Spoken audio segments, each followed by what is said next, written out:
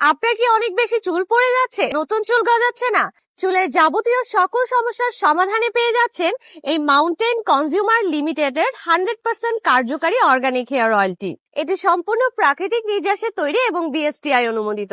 এই হেয়ার অয়েলটা 38টি প্রাকৃতিক ভেষজ উপাদান দিয়ে তৈরি করা হয়েছে।